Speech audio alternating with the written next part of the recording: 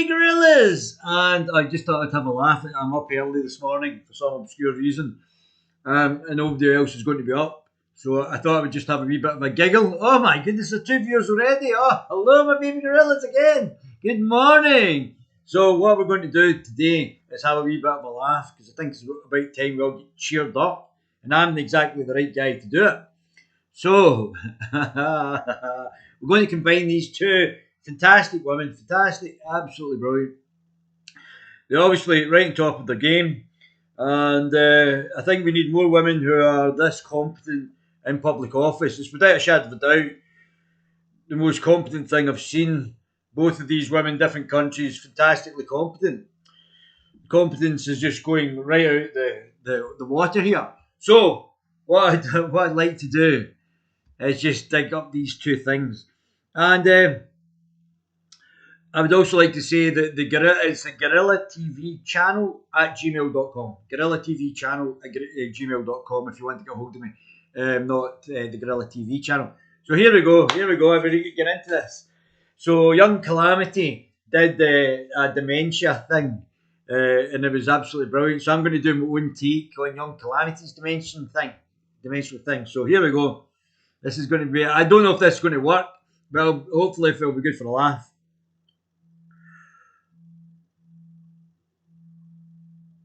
I don't know.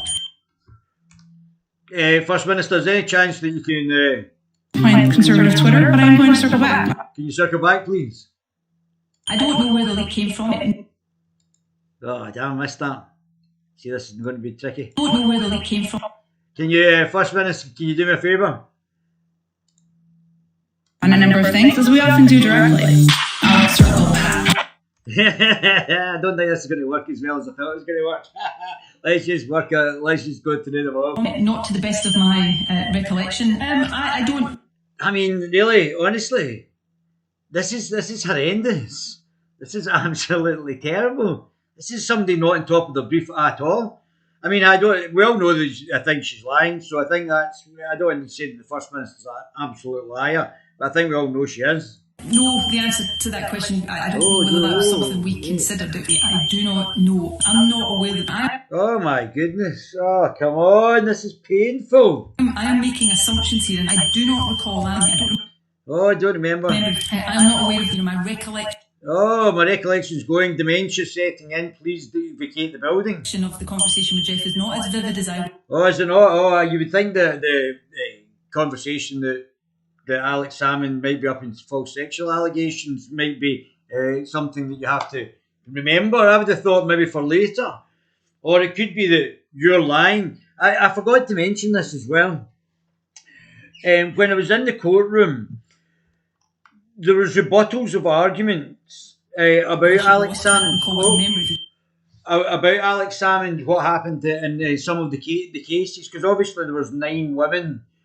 And some of the people who spoke up for Alex Salmond says that the women weren't even there at the time that they are meant to be making allegations against Alex Salmond.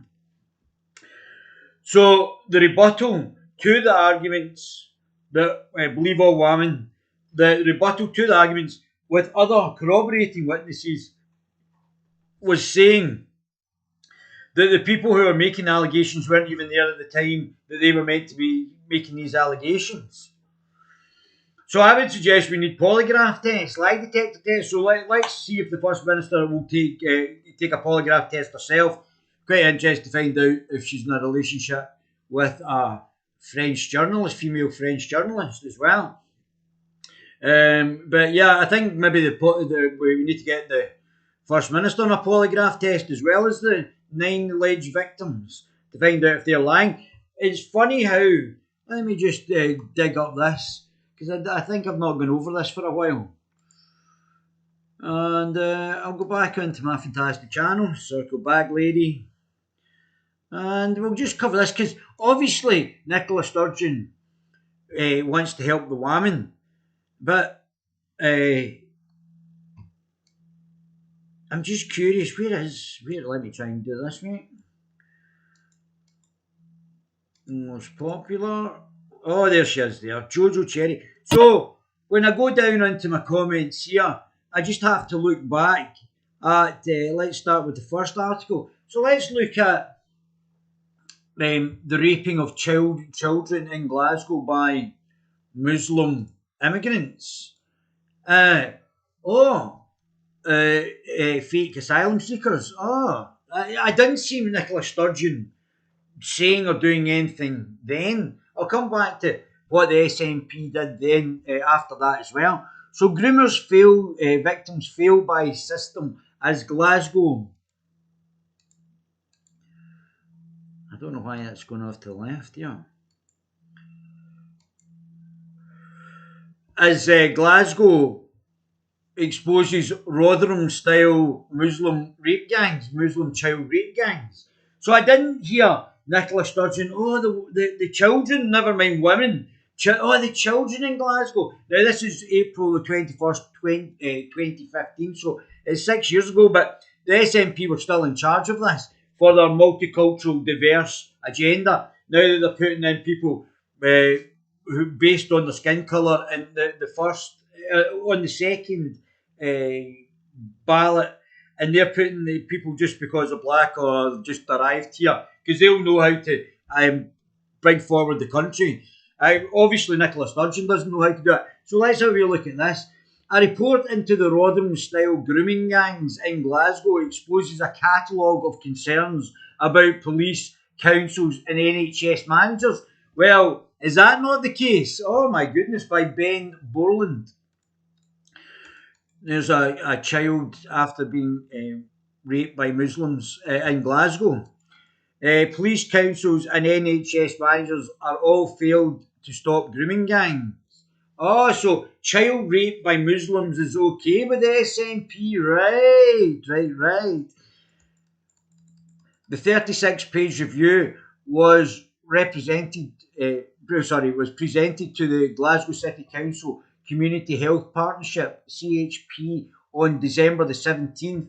A meeting attended by top health and social workers from across the west of Scotland, called the Rotherham Report: Implications for Glasgow. It revealed that sexual abuse of children by Muslim child rape gangs is still being encountered as part of a day-to-day practice, which has been covered up by Nicola Sturgeon. It is also obviously protect the women, but if it's children from Scottish communities, then and they're getting raped by Muslims, then it's okay. Apparently, she'll get a Muslim as the Justice Secretary. It's also detailed a large number of serious failings, including Police Scotland have never viewed meetings to discuss vulnerable young people. Well, I don't know what they're actually doing in Police Scotland as a priority, and do not have enough officers to attend every child protection meeting. Well, that's now curious now that we've got a Muslim Justice Secretary that are allowing the raping of children in Glasgow by Muslims. Poor communications between the various departments and agencies, even within Glasgow Child Protection Committee itself, CCP. Senior health board managers and councillors are not always aware of the scale and seriousness of the current problems. Well, I guess that's pretty serious. In recent years, police have carried out 2 investigations into grooming gangs in and around Scotland's largest city, which is Glasgow. Operation Cotswold and Operation Dash. Police Scotland said yesterday Operation Dash ended last month, February, after almost 2 years, with 27 offenders reported to the Crown Office. One culprit, a 20-year-old Afghani asylum seeker, Javed Ekhan, had already been jailed for 6 years for preying on young girls. Oh, well, that's great. It's good to see the diverse and multicultural aspects of their culture coming into Scotland. Oh, fantastic. Well done, Nicola. Last year, this newspaper revealed the child protection officials reportedly vetoed a significant case review. So let me read that again. Last year, this newspaper can reveal that the child protection officials under Nicola Sturgeon repeatedly vetoed a significant case review into the widespread abuse uncovered by detectives. So they're literally covering up Muslim child rape gangs of children in Glasgow by the SNP. That shows you what a nationalist party they are. That shows you that they're out after protecting children. Never mind the women. Oh, some guy touched me in my lower back. Oh, well, that's definitely sexual assault. Getting gang raped by Muslims is, that's fine. No problem there. The first part of the December 17 report was prepared by Moira McKinnon, Principal Officer with Glasgow's Child Protection. She said there was a lack of awareness of the CSE, child sexual exploitation in the city, including among staff in residential homes, children's homes. Some youngsters have even been drawn into the clutches of the grooming gangs as a result of being accommodated with other vulnerable young people who are engaged in CSE and other concerning behaviours. Well, I guess, as I said, you've got a rapist for a profit, then it's not surprising that you have rapists that follow the profit, is it? When we've seen them in Germany and Sweden, the importation of Muslim men and them acting like absolute filthy animals. The report reveals that many of the Daesh victims were in the care of their local authority, and that a review of the VYP, Vulnerable Young People, and CP Child Protection procedures has been instigated. Incredibly, Ms McKinnon adds, Daesh has identified that we do not have the correct people around the table at VYP meetings for health. Oh, so they're not even putting the correct people from the police and the health board. Oh, that's very clever. From health and police. And these agencies need to review the current processes in light of learning from Daesh.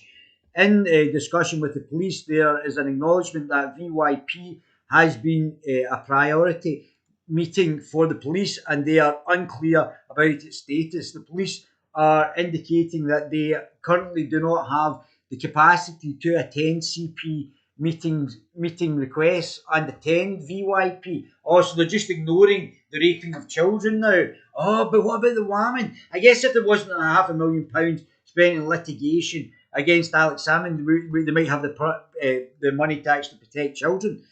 Would not be possible within the current staffing arrangements. She added information sharing needs to improve across all agencies. Oh, did they? Oh, now there was 1,000 people raped by Muslim rape gangs in Rotherham alone. There's been tens of thousands and been covered up by the Labour Party, the SNP, and the Conservatives. In Rotherham, Baroness JQC found that police and social workers failed to act against Muslim child. It's not Asian. It's not Chinese people that are doing it. It's not Indian people that are doing it. This is Muslim rape gangs. They're not all Asian as well, obviously. Some are from North Africa, Middle East, Pakistan. A lot of them, they're absolutely unbelievable, these characters. They rape children in Pakistan and get away with it. Christian children in Pakistan get away with it. And that's because of the religion. Asian child rape gangs, Muslim child rape gangs, because they fear being viewed as racist. Oh, this fictitious communist word that was that was first established, the word racist, was set up by Trotsky, who murdered millions of people. The Russian Communist Party murdered 8 million Ukrainians, for example, let them starve to death, where they would actually eat their own children. That's communism for you. That's Islam for you. Miss McKinnon states there is learning to be taken from Operation Daesh with regards to management of legal process where race has been an issue. I would suggest it's not race. It's not race that somebody doing it. It's because they're Muslims. You've got a rapist, you've got a sexual slave trader and a child rapist for a profit. Then it's not about race, it's about Islam and Muslims. So the fact that they're conflating those two, A, they don't understand the problem, and B, they're just stupid. So anybody that says they're a Muslim actually follows a child rapist and a sexual slave trader for a profit. A number of male suspects in Daesh, but this is what we're importing, thanks to Nicola Sturgeon and our globalist GIMP agenda, globalist Islamo-Marxist party agenda.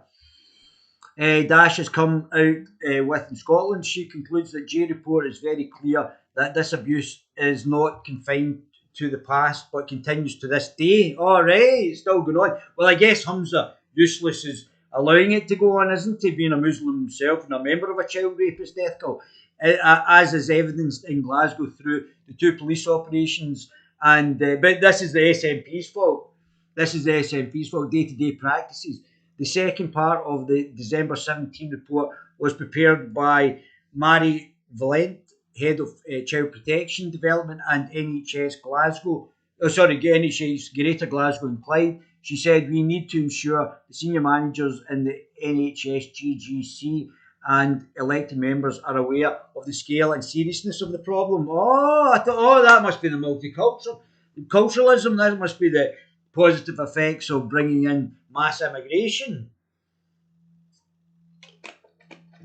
The raping of children. Fantastic. Now, people say, British people rape children and they more of them.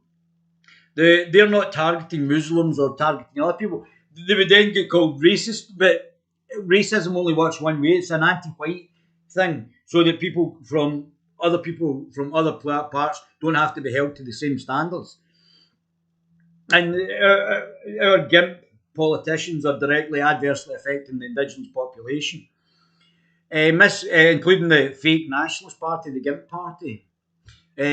Miss Vallant added that NHSGGC has no policy guidance for staff on sexual assault exploitations. This is currently being progressed. A third part of the report features comments from a range of health and social workers revealing that even children in wheelchairs may be falling victims to the gang. Oh my God. Gangs. In collusion, Alison Rennie, one of Scotland's top paediatricians, wrote, I am concerned that children protection processes are still quite removed from practitioners working on the ground. She added, within Glasgow CCP, it is not always clear where the line of communications are in relation to this and how information and learning is shared from this forum. We need to get better local interagency working between health, social worker to identify vulnerable children and young people at an earlier age. Sex gang jailed in scandal of abuse of poor white children in Rochdale, which Oxford paedophile, these are all Muslim child rape gangs. Oxford paedophile ring gang found guilty of grooming underage girls as young as 11. Oh, that's great. Thanks for inviting all these characters in. Member of sex gang sentenced to life in prison. They usually also get out, so not only is the Conservative Party and the Labour Party allowing the Muslims to rape underage white girls and the SNP, but they then let them out early. It's absolutely incredible. Last night, Detective Chief Intendant Leslie Doyle said the information sharing the information sharing meeting were held throughout Operation Dash, first on a weekly and then monthly basis. She added, in Greater Glasgow Division, any requests to attend meetings by vulnerable young persons or child protection meetings are received at the risk and certain hub, where they are assessed by a detective inspector and the most appropriate officer is identified to attend. A spokeswoman for NHS Greater Glasgow and Clyde said there is already collaboration work between NHS staff and partner agency staff across a range of services to ensure that vulnerable children across Glasgow are being identified and supported as priority. Although we already provide training for staff, this report sets out how we can extend this further to help identify children at risk. So Muslim rape gangs are now operating with the protection potential of Humza Useless, who's part of this, the SNP, who are just a useless bunch in itself. The Glasgow spokesman, there is a very destructive relationship among all children partners in Glasgow that is helping to protect those at risk of child sexual exploitation and bring perpetrators to justice. So I'll bring this up. So this is the Sun article. So I'll bring that up in a second. So I just want to point out what the SNP did. Where is it? I'm struggling to find this the other day there.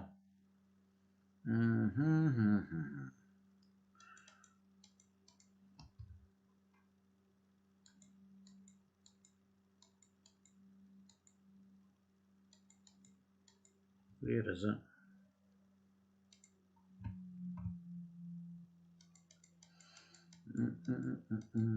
Just talk amongst yourselves. Don't listen to me.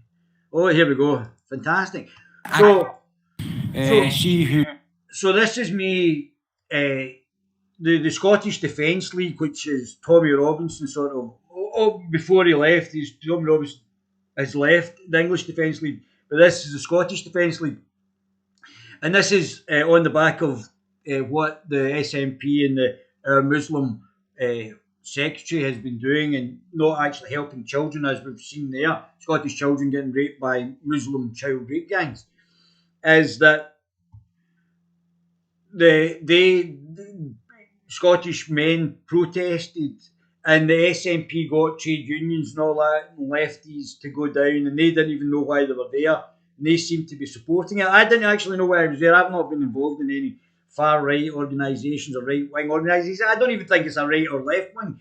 Do you think that raping Muslim child rape gangs should be allowed to operate in Glasgow at the protection of a Muslim Justice Secretary and the SNP under an alleged lesbian who's not produced any children, who's not doing anything for these children? So I had no idea at this point what I was doing. This, I think, it was a couple of years ago. And I'm just walking into it blind. So have a look at this as well. So I've no idea what to make of this just now in the slightest. This is the first Scottish Defence League meeting I've ever attended. And I'm just coming down to just report on it, see what's happening, see who's involved in it, get both sides of the story as usual. And see what the Scottish Defence League, which was Tommy Robinson's sort of former organisation, or certainly the Scottish spin-off from the English Defence League, are actually saying with regards to paedophile grooming gangs. Apparently, again, the police have put restrictions on the Scottish Defence League, but none of the restrictions on the counter-protest. So we're just going to see what's actually happening. Just get both sides of the story. I'm going to skip this to the point that's significant in this. So if you want to look at the full video, you can do that by yourself.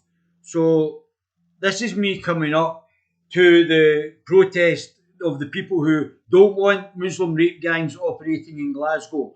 And you can look at the left wing obviously wanting Muslim rape gangs in Scotland.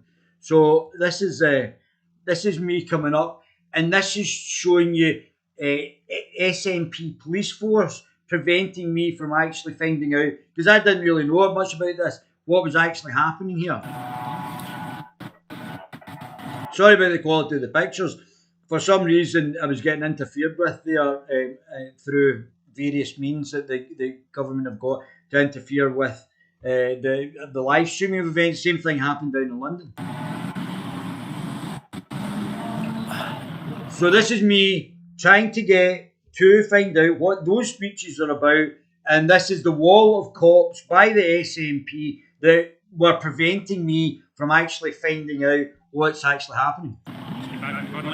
Can you hear the speeches, no? Sorry.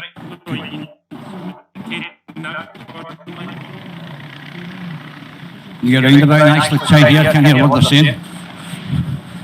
So, oh, for goodness sake, man, honestly. So, obviously the establishment is not wanting this to have gone ahead. I think there was another section 14 or something like that, barring the... Yeah. Why though? Why can I not go and hear the speeches? I want to know why I can't go and hear the speeches. Okay, I'm not here to argue with you. Acting like a fascist. You're acting like a fascist, pal. That's what you're acting like. You and your colleagues allowed the rape by Muslims of children in the city of Glasgow. I hope you're proud of yourself, pal. Man, I'm not here to get bullied, by the way. Why am I not allowed to go and hear the speeches? Stay there for me, okay? I'm not here to argue with you. I'm not going to argue with you, okay? I'm not here to argue with you. And who are you?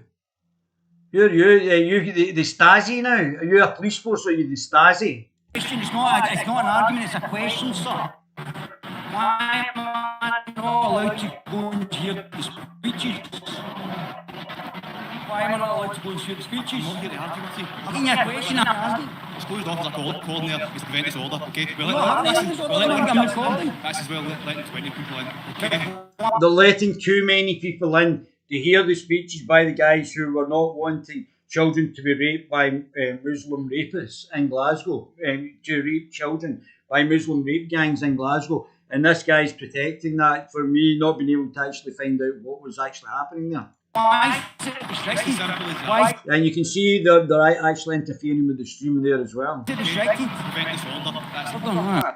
Prevent disorder for me as a journalist going to actually report on what was actually happening there. Seems so. Basically, what they've done is that they've cordoned off anybody listening to the speeches. As you can see, the actual tactics of the police is for prevention of being able to hear. I can't even tell you what they're actually saying, whether I agree or not.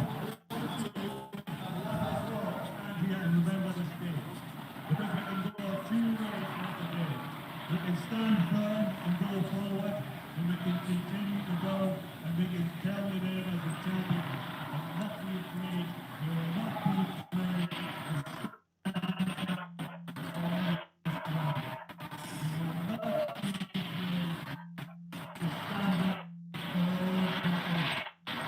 So that's the police. That's the SNP's tactics. It's okay in the name of diversity for Muslims to rape children in the city of Glasgow and to have a Muslim Justice Secretary allowing that to happen. And they'll use the police under Nicola Sturgeon to prevent anybody who talks against that actually even being allowed to peacefully assemble and say it's disorder when there was no disorder. The only people I saw being disorderly were the left. Jeez, man, talking about policing, my God, man. Honestly, look at that. So they didn't want to. They didn't want people to know about Muslim rape gangs in the city raping children. I'm not really quite sure why That's the SNP that did that. That's the GIMP party. this sort of level of policing is. So I'll let you watch that in your own time. So this is a secondary article on this as well. This is actually just last year, almost a year ago. So it's still that. So there's a time scale of about 5 years there from the first article. That was maybe when I was going down to do the report. Let's just see when that was dated. That was 21st, 2018. So this is actually chronological. The first Express article was 2015. Me going down to report on the Scottish Defence League. I don't know anybody in the Scottish Defence League to even actually find out what was actually being said there. And it would have been very interesting to find out what was actually being said. Because I don't know anybody in the Scottish Defence League. I don't know anybody there, but I would definitely go and see that. So let's see what the SNP have down. So this is now 5 years later after the first article. I think Humza Useless is obviously he's a member of a child rapist death cult, that he's actually now protecting, including Nicola Sturgeon is now protecting the asylum seekers to come in and rape Glasgow children, and they're actually protecting it, the SNP. Vile police gang took down large-scale asylum seeker grooming gang in Glasgow but kept it secret. This is Blair Mackle,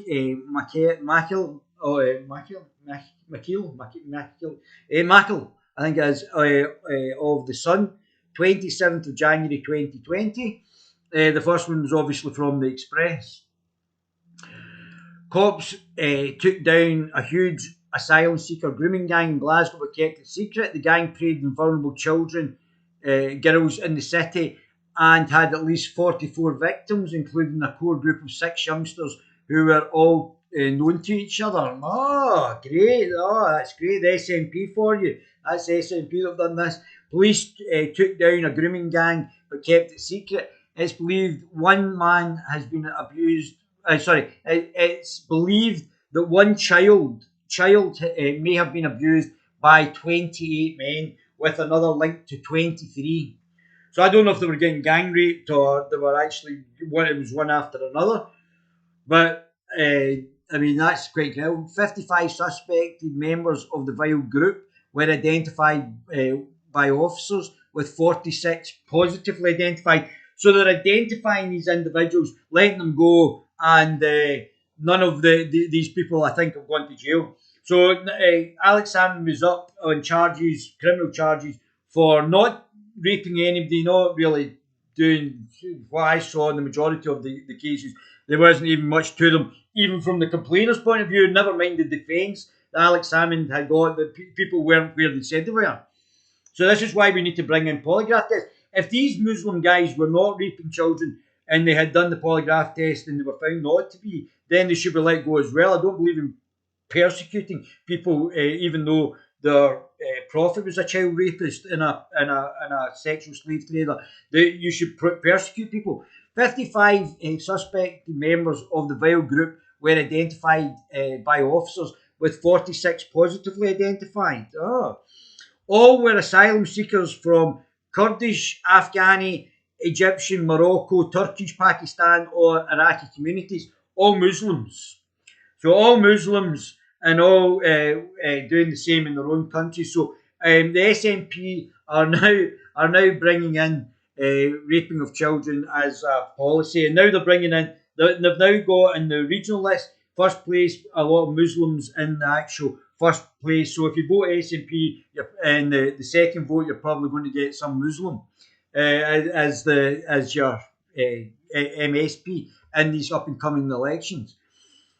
55 suspected members of the vile group were identified by officers, with 46 positively identified. So they know who these guys are. All were seekers from Kurdistan. There is wars in Kurdistan, Afghanistan. Egypt. There's no wars in Egypt, so why would they be seeking asylum from Egypt? There's no wars in Morocco. No wars in Turkey. There's no wars in Pakistan, and there's ongoing problems in Iraq. So Iraq, Afghanistan, and Afghanistan, but Egypt, Morocco, Turkish, and Pakistan, there's no real wars in there. You can move to other parts of the place rather than actually seek asylum. We know that our government are lying about asylum seekers, and they're just letting people in under this pretense of being asylum seekers who are not asylum seekers. Operation Guerilla was kept under wraps by Police Scotland and has now come to light after an investigation by the Daily Express. Cops say 19 members were reported to the Crown Office of Procurator Fiscal, but it's unknown how many were convicted. So as far as I know, none were convicted. So you've got 55 suspects, 46 positively identified, and 46 children, Glaswegian children, raped by these men, and no convictions, as far as I'm aware. 0 convictions. So we already know there's big problems in the useless Crown Office. We know Humza Useless is useless, and also a member of the child rapist death cult. We know that the police are not doing their job properly. They're thought policing rather than doing actual policing. And the real victims are the children that are getting raped by fake asylum seekers from places where there's no wars or criminality actually happening. That are being deliberately let into our country by our GIMP political parties, globalist Islamic and Marxist parties. So we've got a bunch of GIMPs that are now in power. Cops say 19 members were reported to the Crown Office. So out of 55 suspects, 46 positively, only 19 were actually reported. So you can see the scale of this is massively disproportionate to what's actually happening here. Reported to the Crown Office Procurator Fiscal, but it was unknown how many were convicted. 0 as far as I'm aware. Briefings from 2016 operations are stored in archives of the Glasgow Child Protection Committee. The horrifying extent of the gang's activities were laid bare in National Abuse Investigation Unit, reported by Detective Inspector Sarah Taylor. 22 of the suspects were still living in Glasgow at the time, with a further 8 Well, I would suggest 22 of the suspects were still living in Glasgow at the time, with a further 8 through the United Kingdom. I suggest that they all need to be arrested. 14 have been deported. Oh, so they raped the girls and then they actually just get deported, don't get jailed. That's because of our open immigration policy. 14 deported with another waiting and 1 in prison. Oh, I wonder what he's in prison for. Maybe raping children. Under the heading victims. But you can see the SNP have done nothing about this. The SNP are to blame. They're a gimp party and they've done nothing about it. So under the heading victims, the report, Guerilla 1, 28 suspects. So a Glaswegian child, get raped by 28 Muslim rapists. Guerilla 2, Glaswegian child 2, get raped by 23 Muslim child rapists. Guerilla 3, get raped by 9 Muslim child rapists.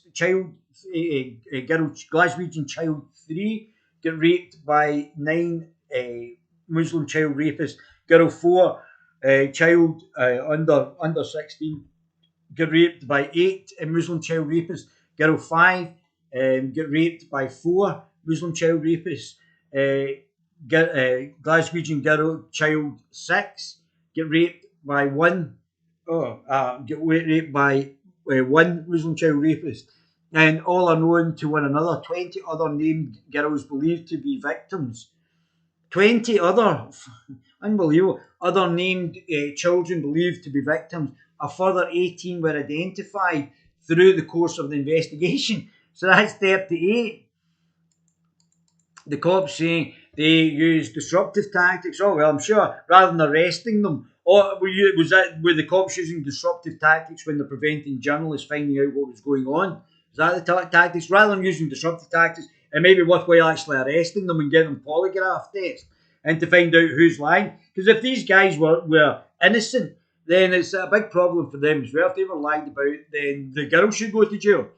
But if they weren't, then we've got a bunch of Muslim child rapists jumping about in Glasgow without the police doing anything. Cops say they use disruptive tactics, including intelligence gathering, covert policing, financial and lifestyle. Yeah, I like to rape kids. That's it. Lifestyle profiling, looking at the suspects' associated vehicles and employment. Yeah, or maybe the fact that they're Muslims and obviously Islam is a child rapist death cult. Oh, no, we don't want to tell the truth. Don't want to tell the truth. Can't tell the truth. It's better these children be raped than it is to actually tell the truth that Islam's a child rapist. And then we've got a justice minister who's a member of the child rapist death cult. And then we've also now got the head of Labour who's also a member of the child rapist death cult. Don't want to tell the truth. Let's just ignore it for the sake of diversity. D.I. Taylor said officers had used all investigative opportunities to pursue all known offenders, including involvement in current criminality. Oh, that's great. Well, I'm glad these guys are over here then if they're involved in current criminality. Not the rape of children. I mean, that's trivial, isn't it? It's much better to prevent the journalists actually finding out what the truth is by the SNP, the GIMP party. They also used grooming and trafficking legislation, preventing orders and immigration status to take down the offenders. Oh, well, thanks for letting them in the first place. And they're getting asylum seekers from countries where there's no underlying war. Thanks for letting them in there and letting them run amok. Oh, well done. At least you've disrupted them. That's really good, officer. I suggest you do your job a wee bit better. They had support from Glasgow City Council, UK Border Agency, Barnardo's HMRC, and the Scottish Environmental Protection Agency. It seems like they've run amok and there's been zero convictions on the back of this. So great SNP government this. Asked why Operation Guerilla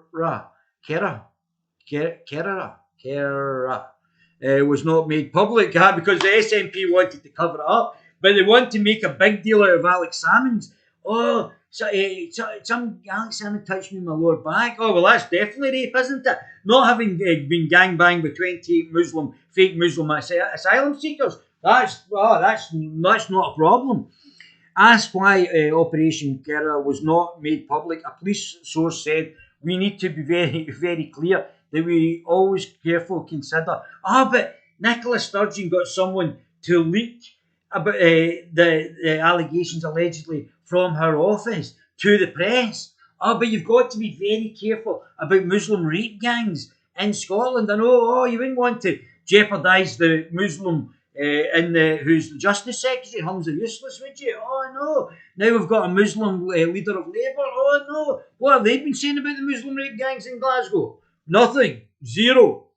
We need to be very clear that we always carefully consider when and what information to release. But you like to release it when it's Alex Salmond, don't you? Alex Salmond hasn't raped anybody. But in the way these Muslims are raping Glaswegian children, and you keep it quiet. Right.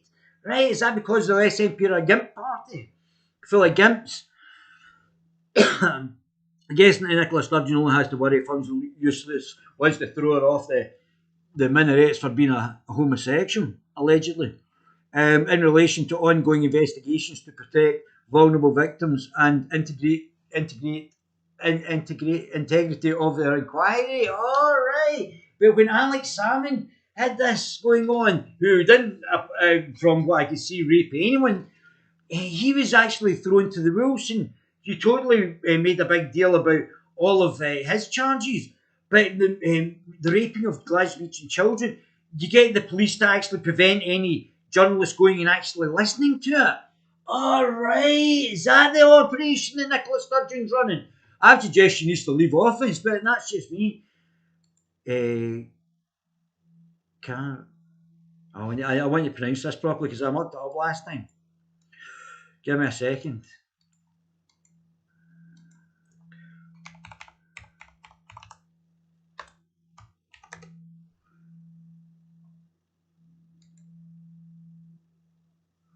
It's my dyslexia, guys. You have to excuse me.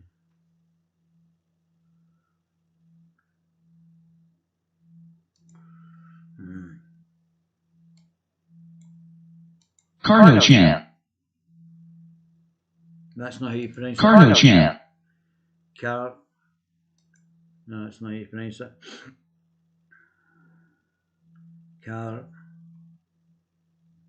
I'll know how to do that. It's just the way that it's spelled. I don't actually know how to pronounce it. How do you pronounce that? Chronican. I've never, in fact, I haven't actually heard that. That's quite a unique one. So, Detective Inspector Laura Chronican. Chronican, okay. I don't think that's how you pronounce it either.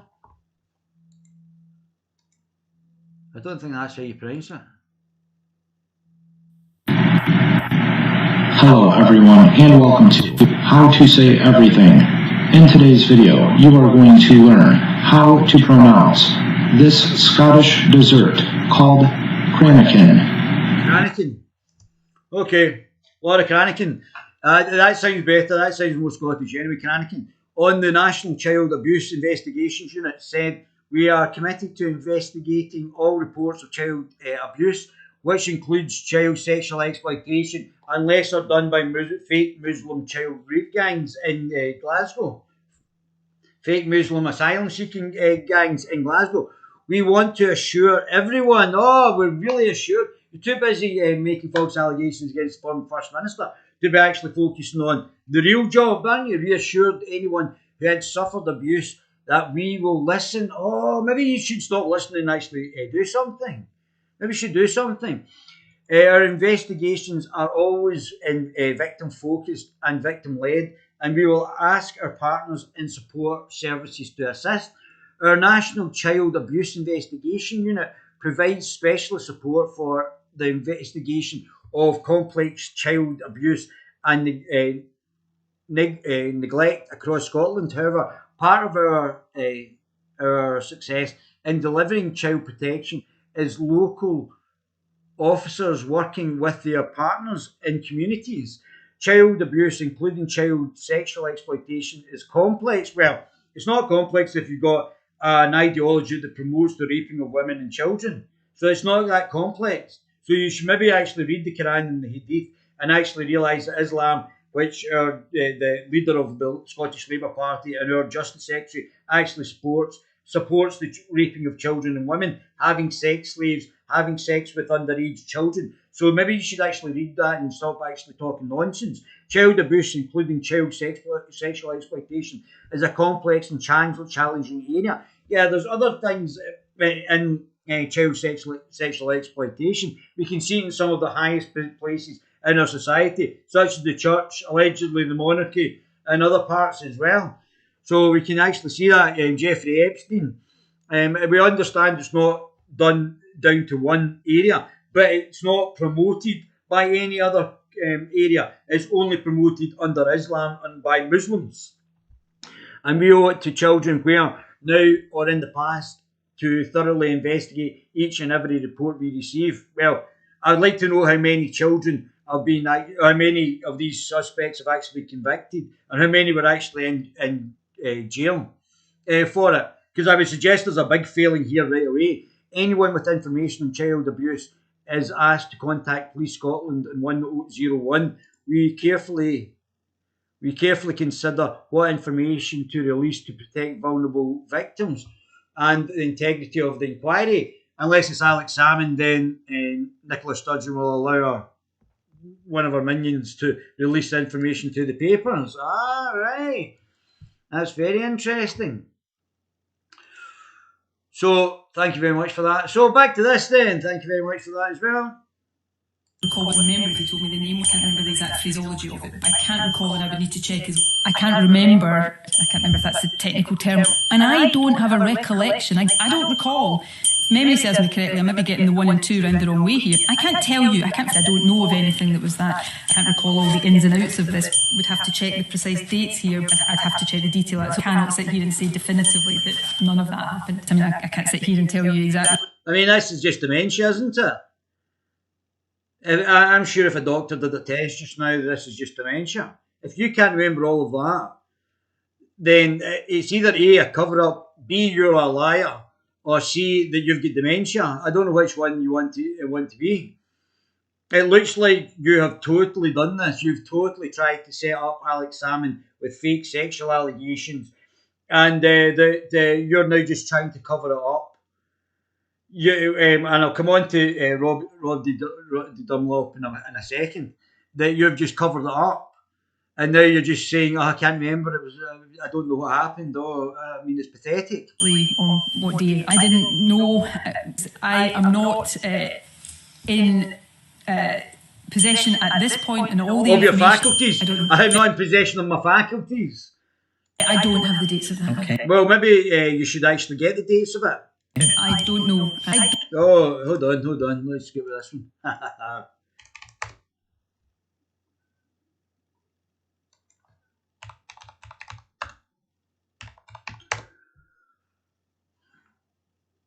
Oh, brilliant. Circle back. I hate to disappoint you. Circle back. That's an excellent question. Circle back. I mean, that's just that, isn't it? That's absolutely pathetic. If you're not competent enough to do your job, you shouldn't be in it. I hate to disappoint you. Oh, it's a woman that's in it. Oh, well, I have to say, Kayleigh McEnany, sorry, I'm calling her Haley. Kayleigh McEnany was on the ball. She was much better than this, so I don't think we should blame collectively, but you can certainly see from the First Minister and this absolute trumpet that sometimes women aren't the best people in the position, isn't it? But we will venture to circle back. This is such a good question. I have not had the opportunity to dig into that. What are you doing there? Are you connected to somebody? Because you're certainly not competent. Circle back. It was a massive dump. To this day, everyone's trying to figure out where did it come from. I'm not aware of anything, but we'll circle back. Brilliant. I'll leave that there, just a wee sample of that. So let's see our own dum-dum. Don't know. I don't know. What was the me? 100% sure. I can't. I can't remember. Oh, what was happening? Where am I? What's my name? Is my name Sweeney? I keep hearing that guy's name. He's useless as well. Specific answers to that right now. I don't know. Oh, I don't know. Let's set up Alex Salmond with fake sexual allegations, and yet allow fake asylum seekers, Muslim child rape gangs to operate in Glasgow with impunity. Oh, yeah, vote SNP, vote GIMP, and the Labour Party are no better. can't immediately recall exactly what it said. I don't know where I am. Who are you? Where is this? Oh, circle back. I don't know. Oh, you do not know? Oh, I don't know nothing. I don't know about Muslim rape gangs in Glasgow. Don't know. I don't know where the £1 million went for the Scottish stock market. It just disappeared. I don't know where the report is for the education report. I don't know why we should be locking down our full economy for a virus that's 99.9 to 99.5, so 99% to 99.5% survivable, but will destroy our whole economy. I mean, what a buffoon this woman is. I didn't know it was. I didn't know, it wasn't me. Oh, it was a big boy and he ran away. And didn't remember. Oh, I don't remember leaking the information to all the papers about Alex Salmond and then covering up the Muslim rape gangs in Glasgow. Oh no, I don't remember that. This meeting, and I asked myself, how could I have? Oh, how could I not remember? I don't know. How could I not remember? Forgotten that. Maybe you've got dementia. I don't know, so I don't know. I don't recall. Oh, I don't know. I don't know who I am. Where are you? I don't know. I don't recall. Oh, no. Oh, I'm being truthful and honest and transparent. Nothing to see here. Trying to think, when was it? I don't know. When was it? Where am I? What am I doing? What position do I hold? Who am I? Am I Jimmy Savile? Found out about this. I can't remember. I don't know. What I don't recall is... what my name is. If you were telling the truth, would you forget 50 times? No, is the answer to that. So let's see. Twatter. There's the man there. Says he's resigned from politics. I think that's a big mistake. A very surprising time to resign from politics right before the elections, Nigel. Maybe just to give publicity as well to the Reform Party. But I would definitely use your second vote to vote for the Reform Party in Scotland anyway. Just now. So let me try Mr. Dunlop.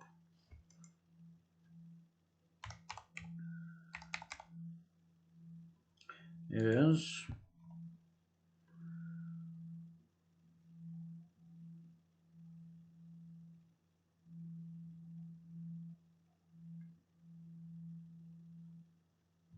This is. Have you seen what he's done now? Awful. Yeah, I think I've changed my opinion on that, actually.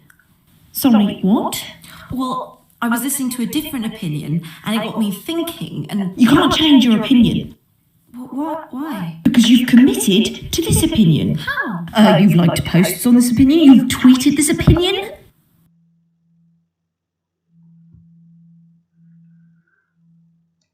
So...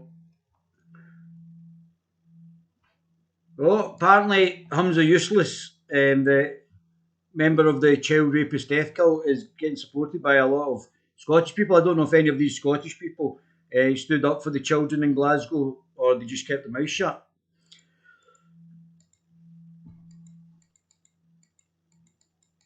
This is going to be annoying, but just bear with me. I need to find it. 10 questions for Nicola Sturgeon that are nothing to do with the Salmond inquiry. Well, I think we're starting to ask them. That's interesting. I can't even make a post. They ban me on Twitter. See, this is what they do, and they now ban you on Twitter.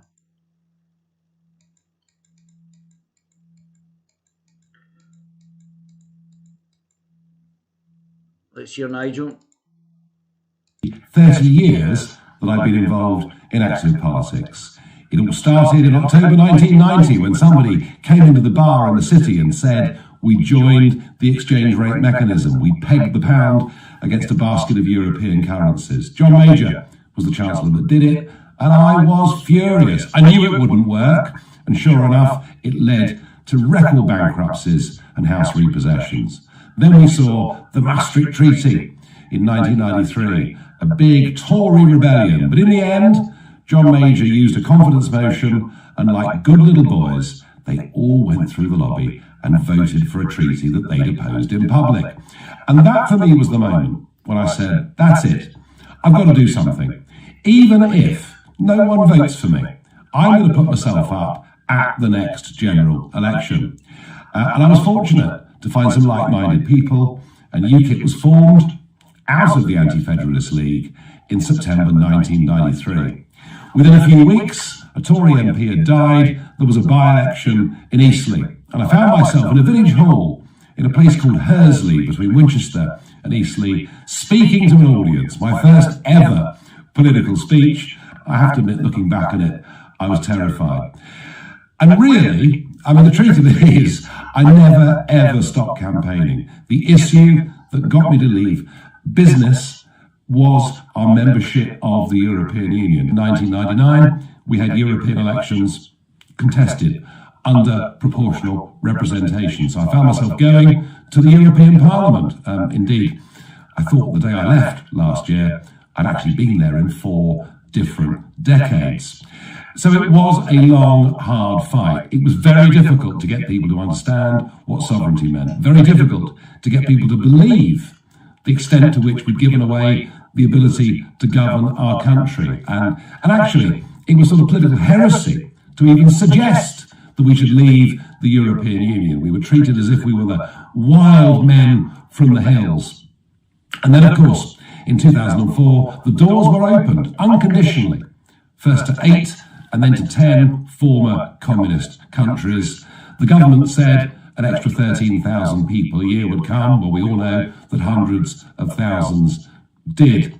So this has been my life's work, getting us out of the European Union. And when in 2016, we won the referendum 52-48, I then took that moment to say, look, I think I've done everything I can possibly do. I know the Conservative government will not want to use me in any way at all, although I'd like to have been used. And I stood down as leader of UKIP and I said, I want my life back. But of course, it wasn't a completely clean break because I was still an MEP, I was still leading a group in the European Parliament. But I did start to develop media, extended social media, and that was the way that my life was going. Then, of course, when Mrs May and her government absolutely betrayed all the promises that they'd made to the British people, and when I saw the Westminster establishment doing their utmost to overturn the result of the referendum, to make us vote again, that was when I knew something had to be done. And I formed the Brexit Party, and thank goodness I did. I think if I hadn't done that, which led to us winning the European elections despite only being launched for a few weeks with over 5 million votes, I think we wouldn't have left. But I'm pretty certain we wouldn't have left. So all of that was thoroughly worthwhile. And it was the first time ever in British politics when people have rallied to the colours as quickly as they did. I remember watching your website and seeing the £25 donations coming in, several every minute, ping, ping, ping. It was astonishing. We then, of course, led the national opinion polls in the summer of 2019, and that pretty much guaranteed that Boris Johnson would become the leader of the Conservative Party with a Get Brexit Done message. And we've got Brexit. It's not perfect. Northern Ireland has been effectively cut off from the rest of the country. French boats and trawlers still operating up to 6 miles from the British coast. And difficulties, some import-export difficulties, although I'm sure they will be ironed out in time. But with the vaccine, we've now seen the benefit. On reflecting back over nearly 30 years, the issue that got me into politics, and if it hadn't been for this, I would never have even stood for local council, was our membership of the European Union and the fact that the entirety of our political class and then media class were all in favour of continued membership. That became my life's goal. It took over the best part of 3 decades of my life. We've done it. We've achieved it. And for me, I feel my political career, in the sense of actively leading a political party, fighting election campaigns, such as ones that are coming up in May this year, I think now's the moment for me to say, look, I have done it. I guess in some ways, it's a repeat of what I said in 2016, when I said, I want... I don't know why you didn't wait, though. Why would you not wait till after the election? So obviously your call, I mean, it's good. It's some publicity for the Reform Party in a place where you can't actually do any leafleting or anything else. But yeah, I wouldn't be voting for any of the mainstream parties, to be brutally honest. I'd definitely vote for the Reform Party. I think we need a change from the mainstream parties anyway. I don't think any of the Scottish Libertarian Party or the Reform Party are extreme or beyond the pale politically. I think there's some good individuals in there, so we're not losing anything by getting away from the Lib Lab Con Party, the SNP and the Greens in Scotland, to be brutally honest, so there'll be nothing lost. My life back. So before this election campaign starts for May, now is the minute, the right moment for me to say that I'm not going to go on as leader of Reform UK.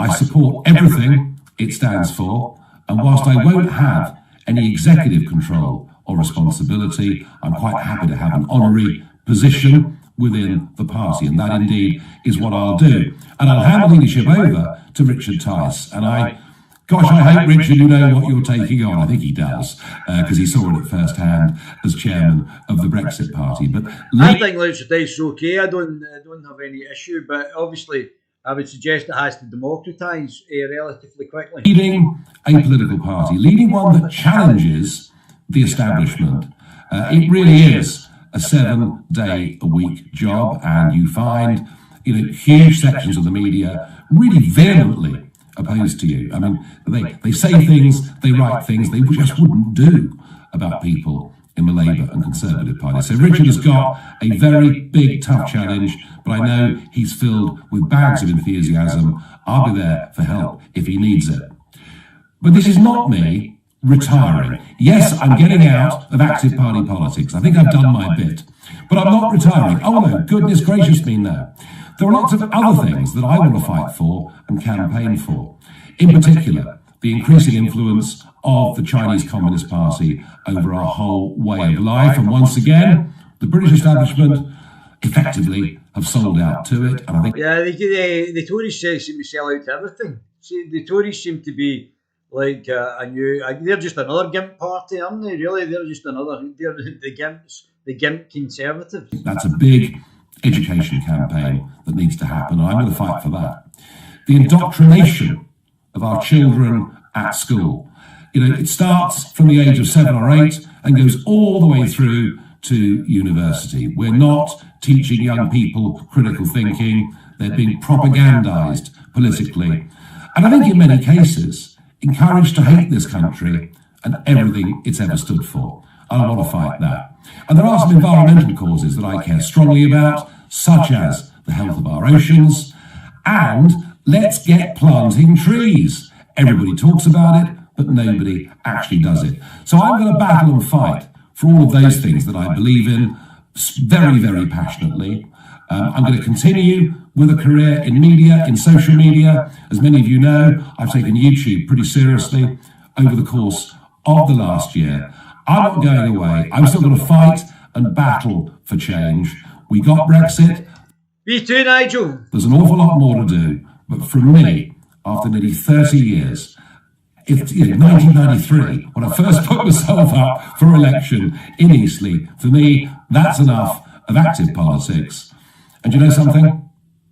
I've actually achieved what I set out to do. And I don't think there are many people in politics that can ever say that.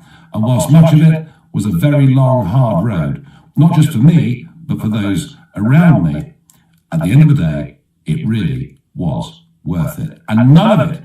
Yeah, you did a great job. Absolutely brilliant. Great to you kick back against the globalists. None of it could have happened without thousands of you. Tens of thousands of you. Millions. Standing in local council elections, donating money, going out delivering leaflets, knocking on doors, manning street stalls. Tens of thousands of people have assisted me to do this. And out there in the country, millions of people, millions and millions, probably between 6 and 7 million people at some point voted for parties that I led. They had the confidence in me and the team around me to do that. And that is what completely changed British politics. That is what got us back our independence. I'd love to come and meet you all. It's not possible, but now really is the moment for me to say a massive, massive thank you to all of you who put your trust in me. And we did. Took a long time, but we did deliver. Thank you. Well done, Nige.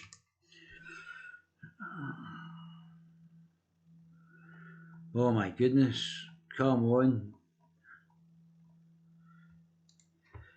Oh, here we go. How do you control alt? What is it to get it bigger? How do you make it bigger? Oh, when you read that, let's read that together. Shall we? How do you get it bigger? Control alt what? Control alt.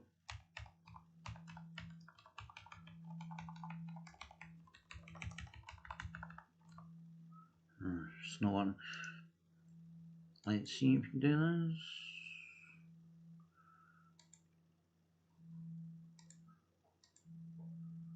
Yes. Come on, Douglas. I don't know what paper this is in. I usually give credit, but I think we all like Douglas, don't we? A nice fella he is. Oh, that just doesn't work that way.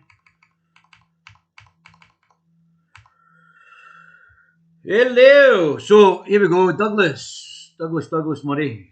Really great guy, lovely fella. Can't wait to meet him.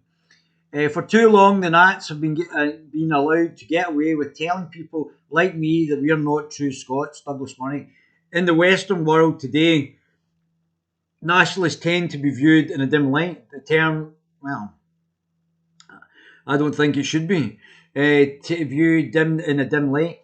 The term used demandingly of politicians in America, damningly, sorry, and with a deep concern about anyone with the continent, how much we love French or German nationalists. To be an English nationalist is to be very nearly accused of football hooliganism.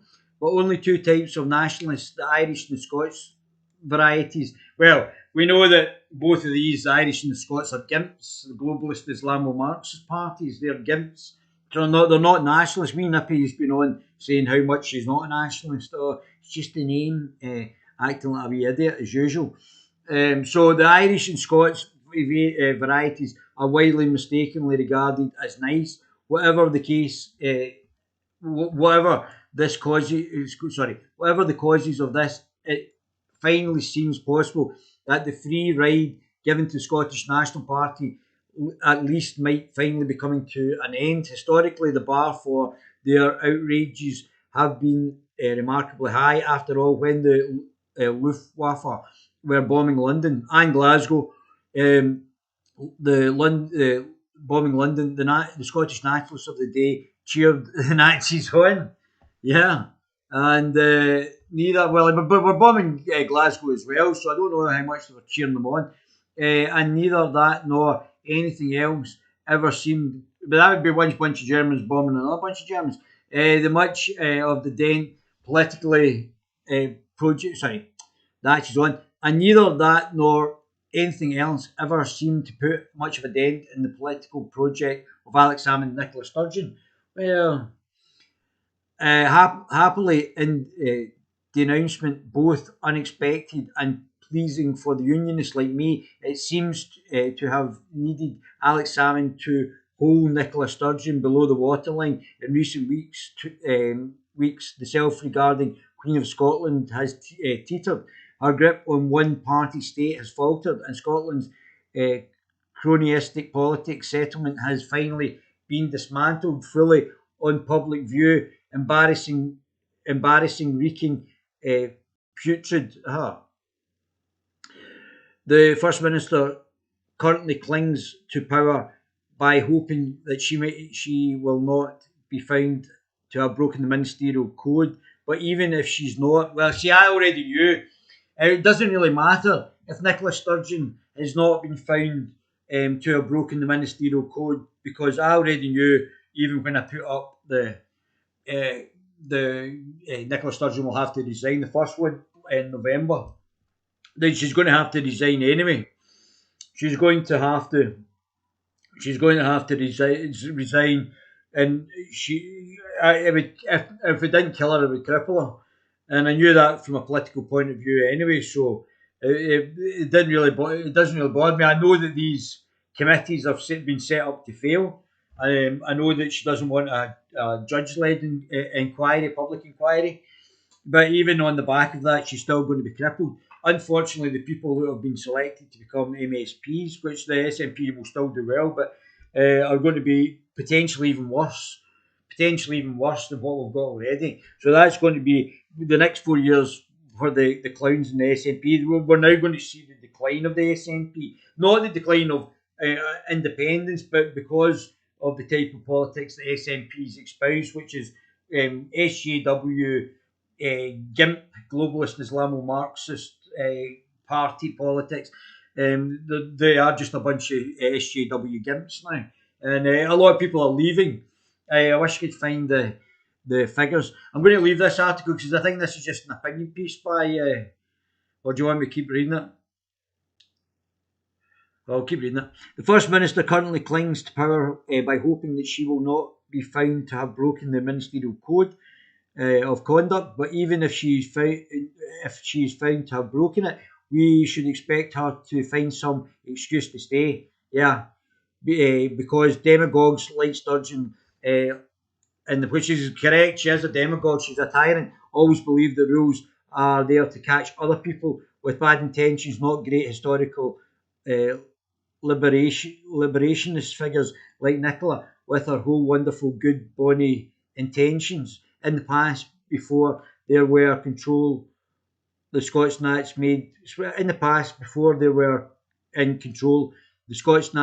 made great play of the importance of ministerial good conduct. Indeed, when the then Labour First Minister Henry McLeish, who resigned for much less than Nicola Sturgeon's done, ran into trouble over the subletting of part of the Westminster constituency office, the SNP were in the highest imaginable dudgeon.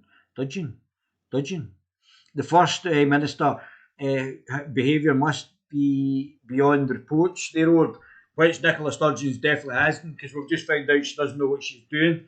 However, when it is their own gal in charge in recent weeks, almost every branch of the Scottish legislature has fought to protect the Queen Bee, all while providing nothing but their own corruption. Yeah, by corrupting the full system. Nicola Sturgeon's corruption has corrupted the full system. And this is a first female First Minister. I mean, but we need the women. The women are going to make the difference. There are very intelligent women, I have to say. And I don't think we should doubt all women as Nicola Sturgeon. I don't even think the majority of women are like Nicola Sturgeon. But there is a smaller proportion of women that are like Nicola Sturgeon who are megalomaniacs and tyrants. As a number of observers have commented, Scotland emerged from the Salmond Sturgeon Wars, the fish wars, looking like a banana republic without the bananas. Throughout the recent hearings, the behaviour of the SNP have been consistently wretched. This week, for instance, while the First Minister was giving her evidence, one of those giving a running commentary was Humza Yusuf, an SNP who should not be in Parliament. So if you're in politics, stop voting for this clown. The SNP Justice Minister railing about, and he's allowing these children to be raped, the Glasgow children by Muslim fake asylum seeking Muslim child rape gangs in Glasgow. So that's what you're voting for there. And the whole House of Cards conspiracy and much more. It presented a conflict of interest that would have been a resigning matter. Oh, of course, I mean, it's just, she should be gone. But now we've got a one-party state. Oh, that's great. They have turned families against each other, turned neighbours against neighbour in pursuit of a lamentable goal. Presented a conflict of interest that would have been a resigning matter in Westminster, but the People's Republic of Scotland all such decisions must take a back seat. These deceptions, or whatever.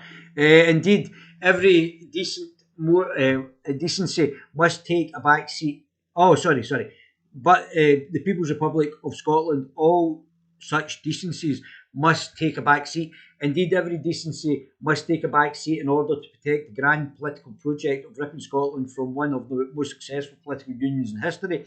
It is extraordinary with what depths the nationalists are willing to go to as they pursue the project, with its full-on aim of immediately taking an independent Scotland to Brussels and begging to be allowed into the EU and the Eurozone.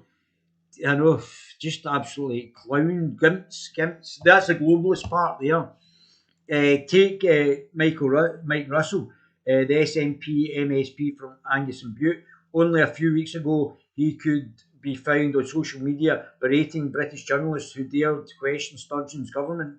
Russell attacked Scottish-born journalists who now happen to live with and work in London as Scottish exiles. Oh, that's not very nice. Sassenachs, they're called Sassenachs. What a putrid and petty little-hearted man must have been to speak like that. What is the talk of exiles? No, it's just Scots, just Scottish, doesn't matter really if you're still Scottish.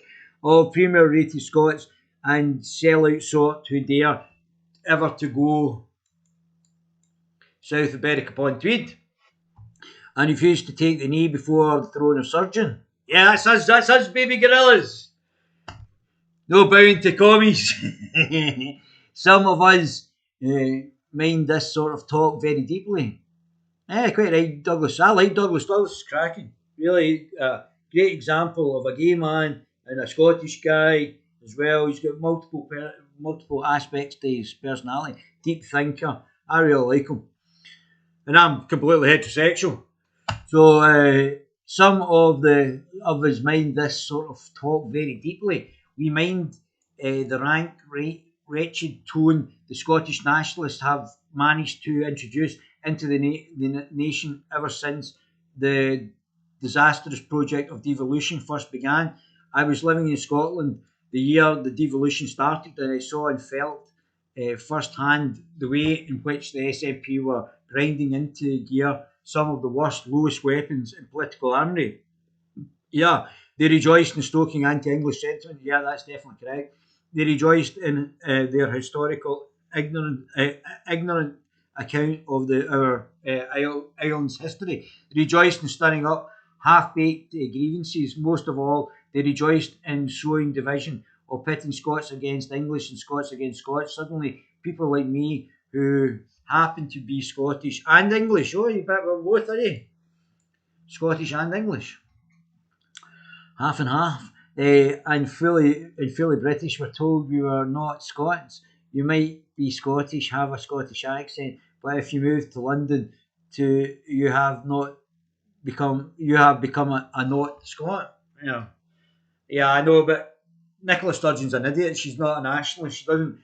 She believes that people just arriving are Scottish and not the ones that have lived here or left Scotland are Scottish. So I wouldn't be listening to Nicola Sturgeon. She's just a clown.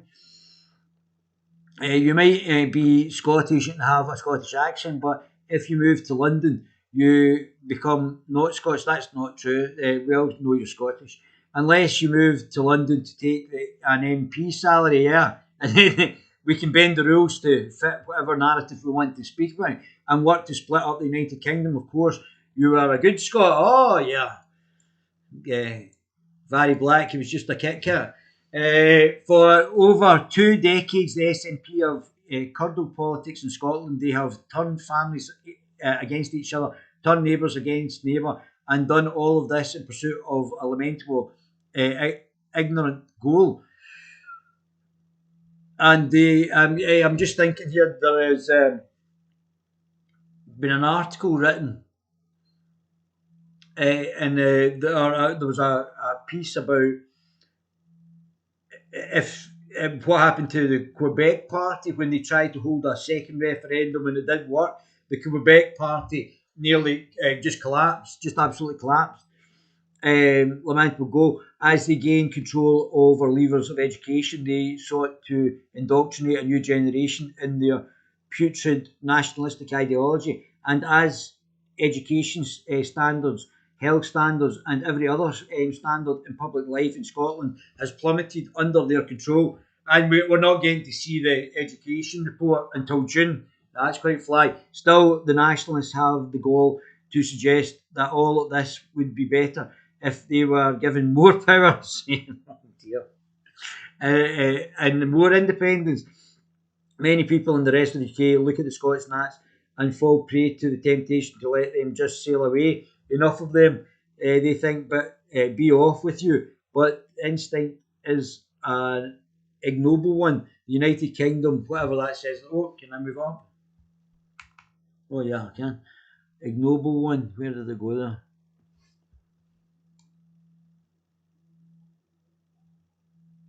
Ignoble one. The United Kingdom needs saving in its entirety. Scotland has a deep need to be liberated from the nationalists, the gimps, not nationalists, gimps, who claim to want to save it and have managed over 2 decades to do nothing but demean it, which is correct, mate. Still not what I wanted to see.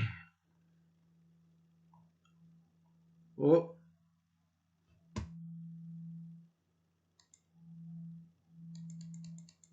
We're not listening to her.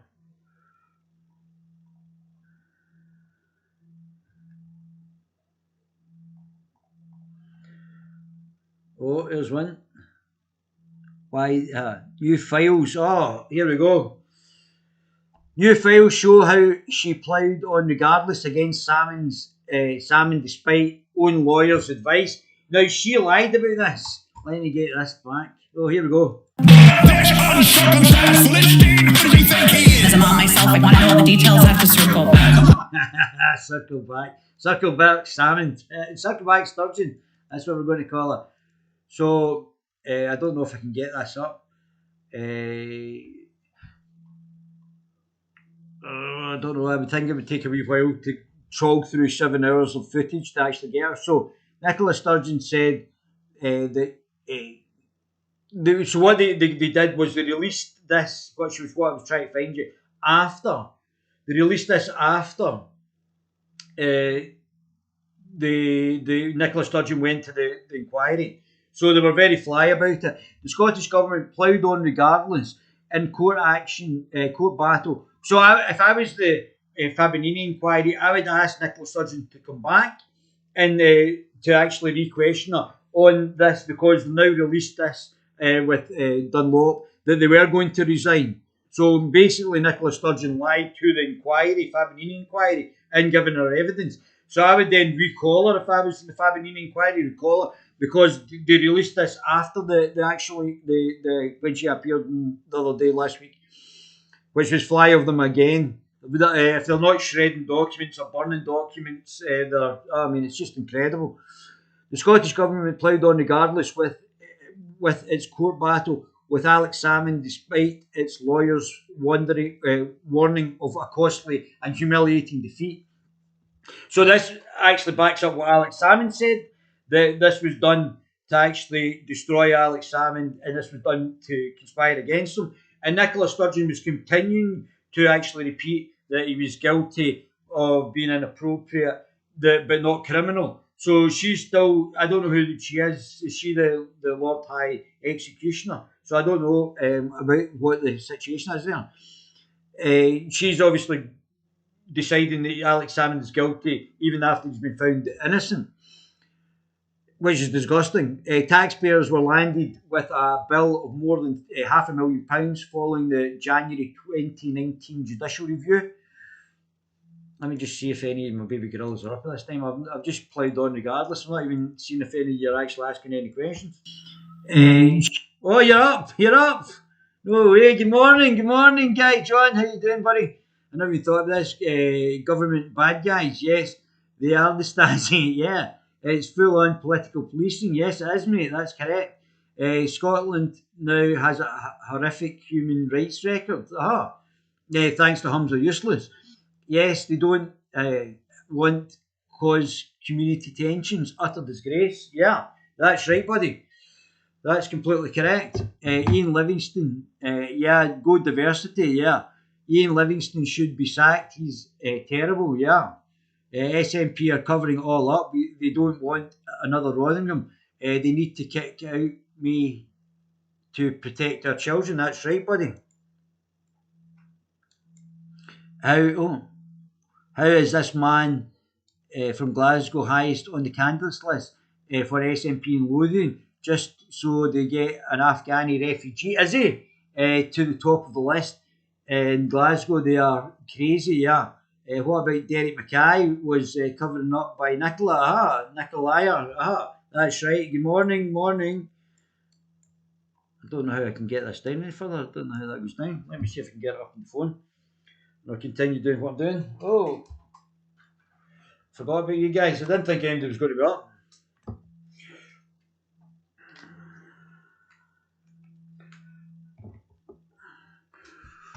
So let's go back. Hi guys. Hi Hank, how you doing, bud? Long time no see. Morning. So here we go. Oh no.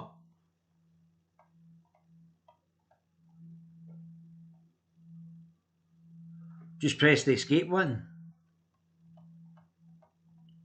Oh.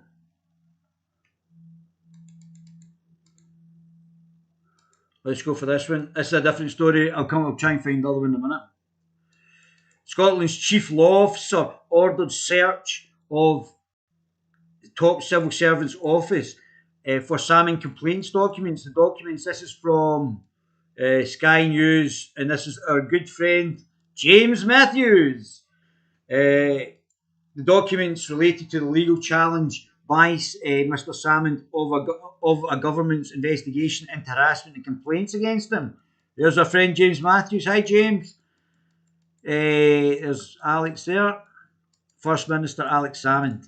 Scottish Chief Law Officer ordered a search of the office of its top civil servant to find documents on complaints against Alex Salmond.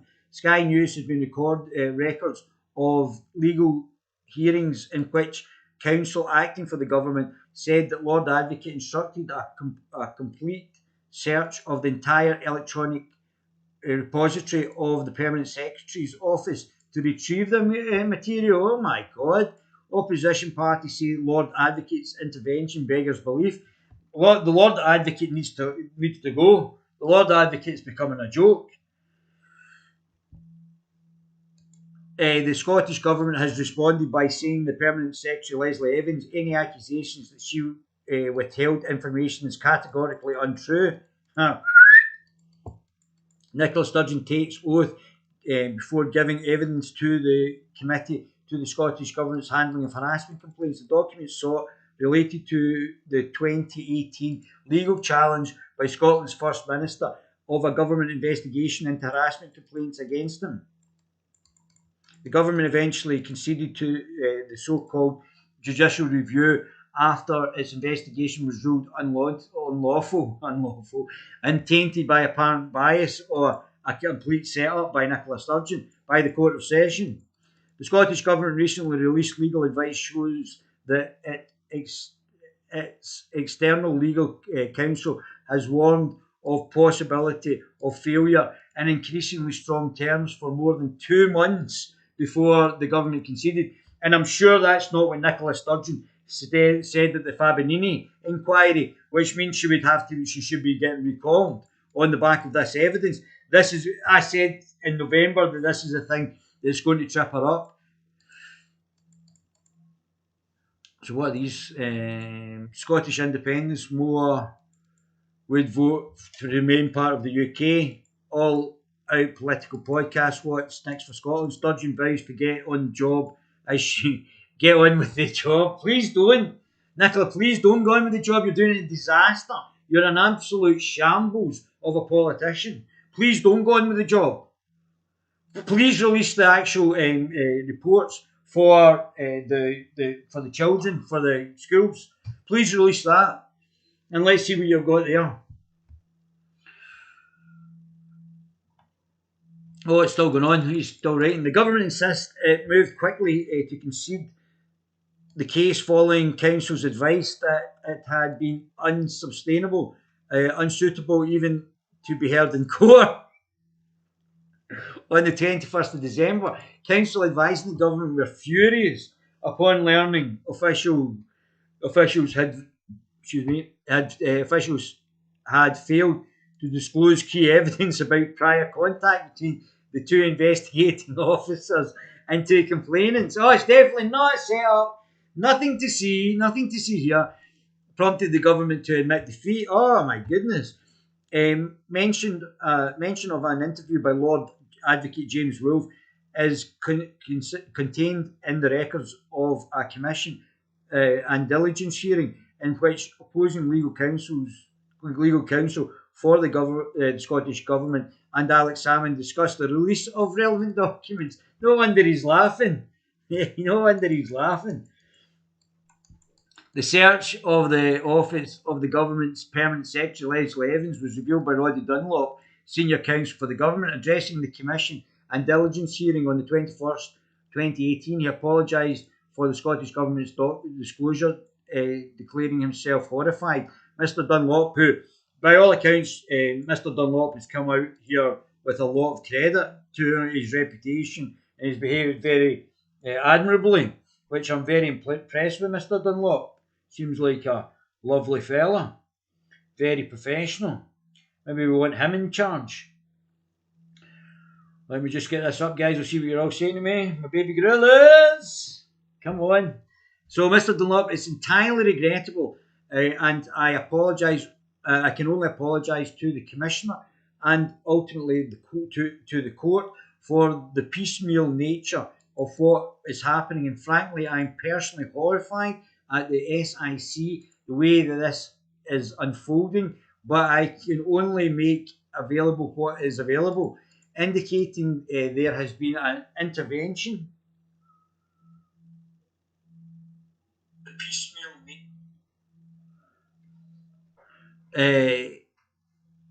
intervention by the chief law officer. He said the result of that has been that the Lord Advocate has intervened and instructed that a complete search be undertaken using a variety of search terms. I can identify those if need be. Seems to me to be sensible search terms of the entire electronic repository of the Permanent Secretary. That is a substantial amount of documentation. And even narrowing using search terms and used date ranges. The search has not yet been completed, and I am presently unable to say when that search will be completed.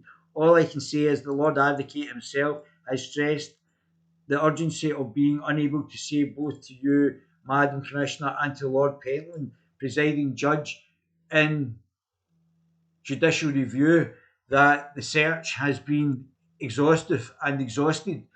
And in that regard, I can only give the assurance that is ongoing. Look at that picture. Oh dear. Around the same time, Junior and Senior Counsel has written a blistering rebuke to the government's clients regarding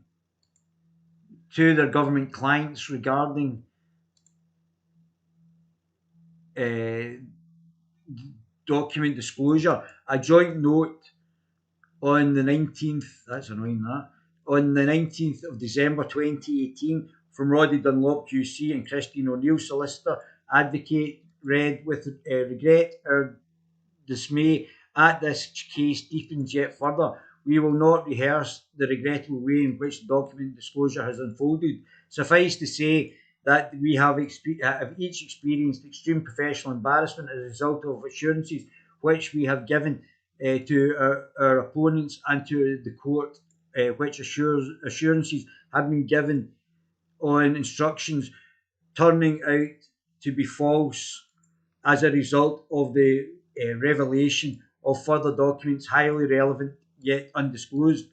Opponents of the SNP government have echoed Alex Salmond's claim that Nicola Sturgeon breached the ministerial code by allowing her government to continue, which she has.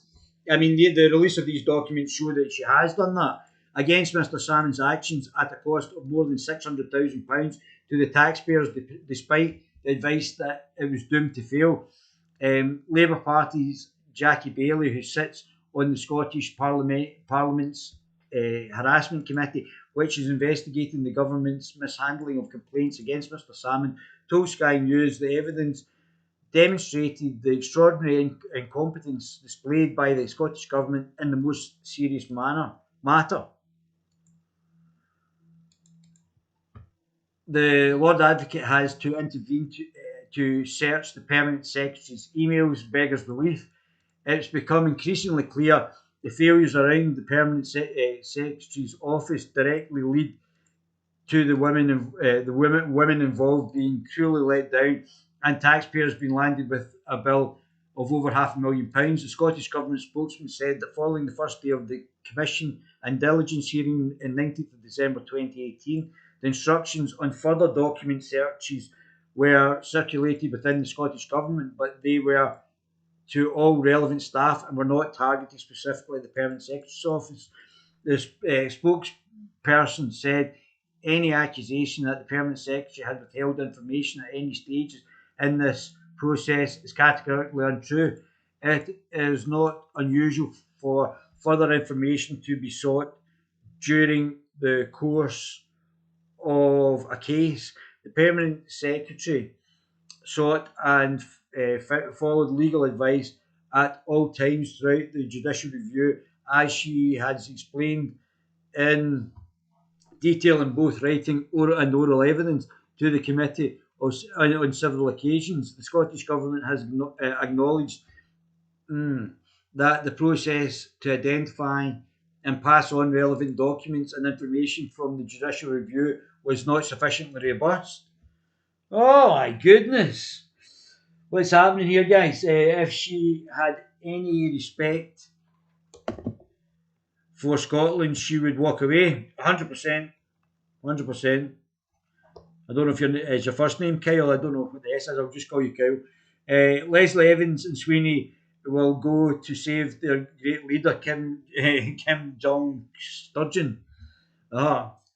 So, Mr. Dunlop comes out with credit with regards to this. So, let me see. Breaking news. Oh, here we go. 11 hours ago. Breaking news. Court order shows Boris Johnson misled. Blah, blah, blah.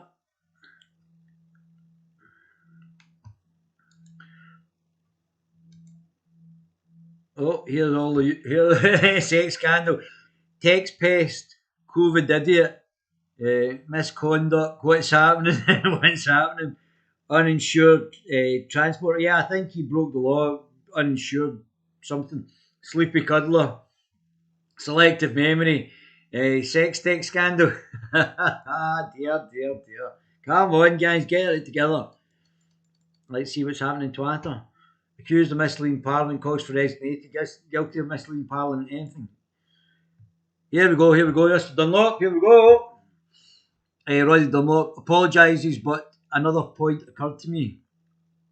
And this was dated on Saturday, 22nd, 2018.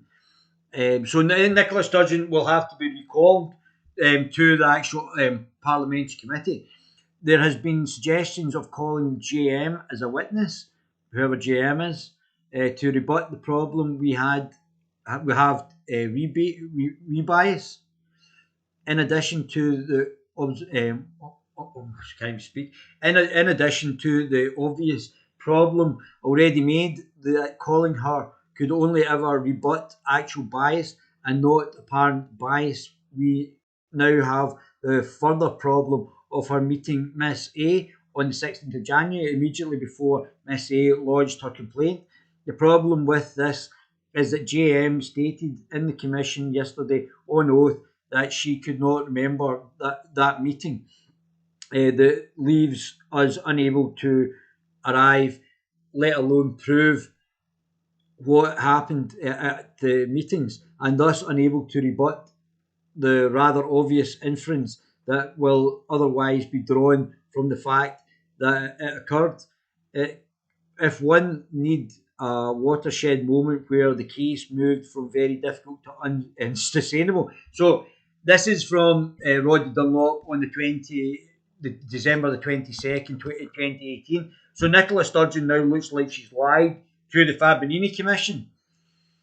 So she's going to have to be recalled to the Fabinini committee to actually then speak with regards to these new documentation that have actually happened now after she attended. So the Sweeney very flyly released these documents after they actually Nicola Sturgeon went to the Fabinini Commission. Unbelievable. Unbelievable.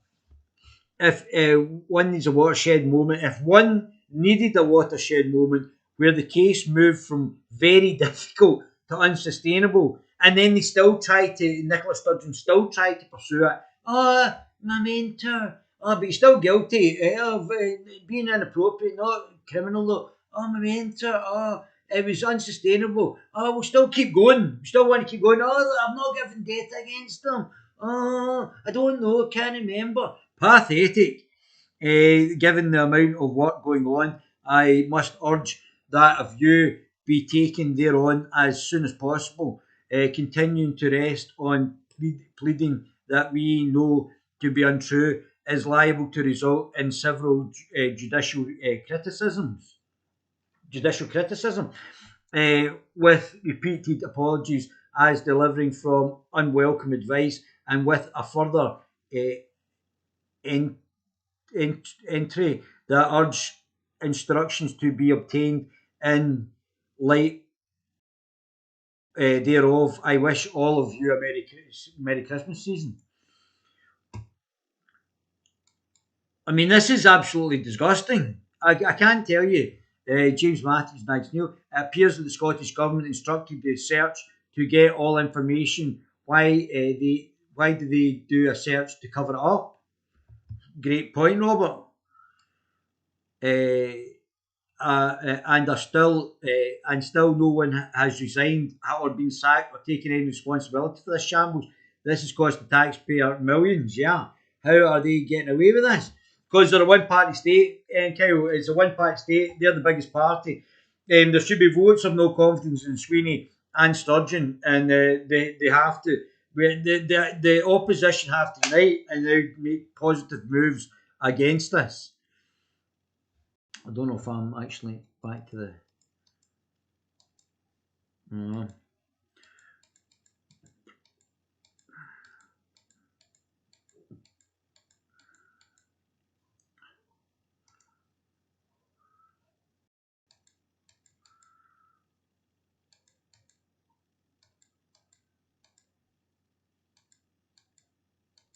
Look at this.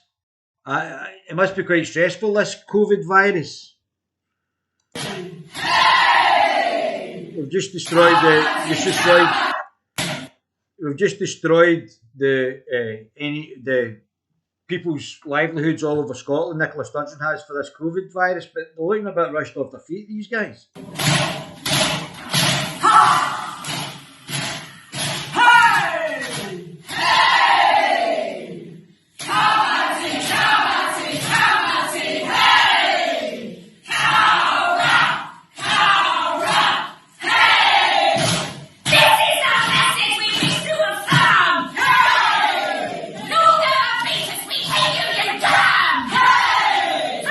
Yeah, that's quite enough of that, I think.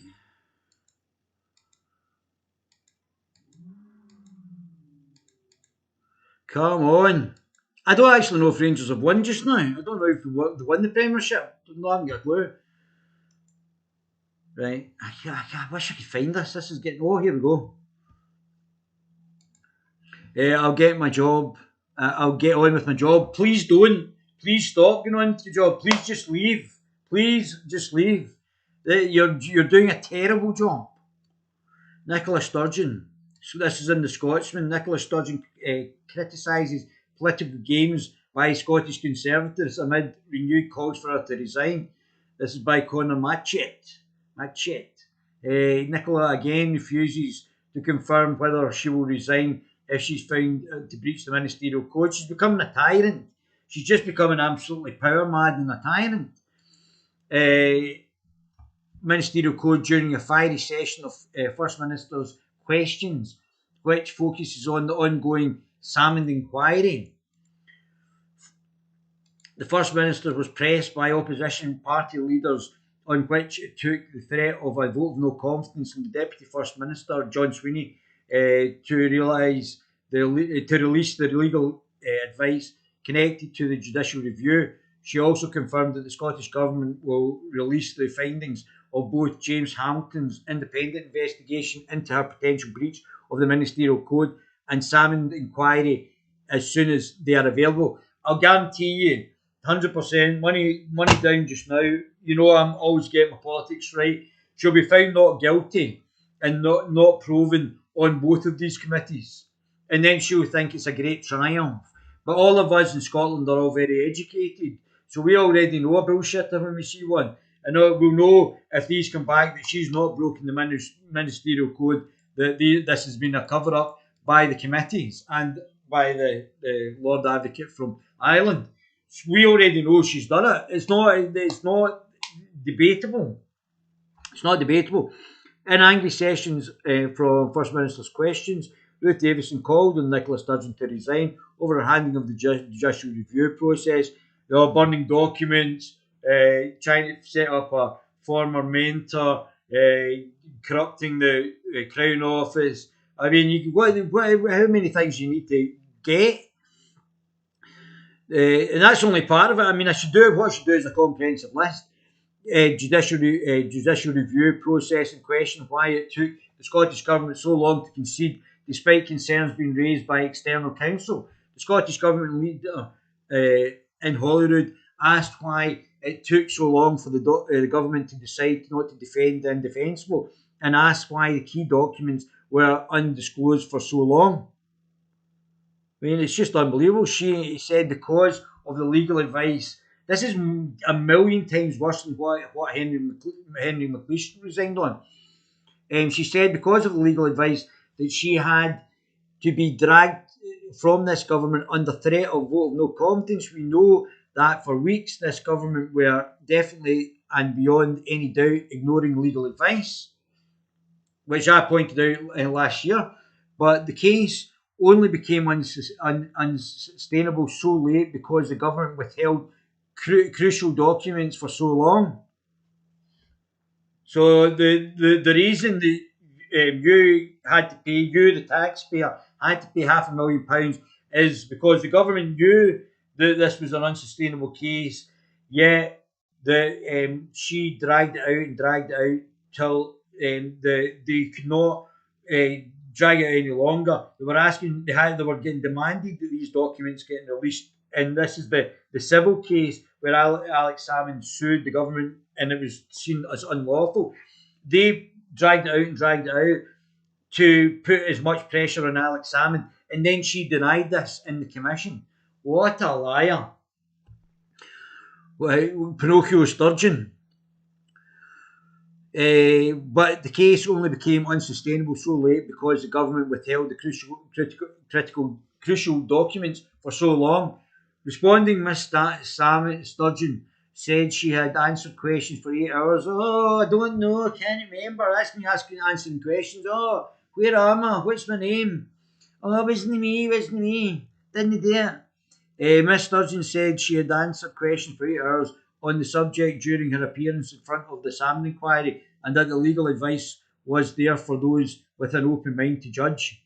Yeah, we are judging, and we find you guilty. Guilty. Where's that one? Oh man, where is that?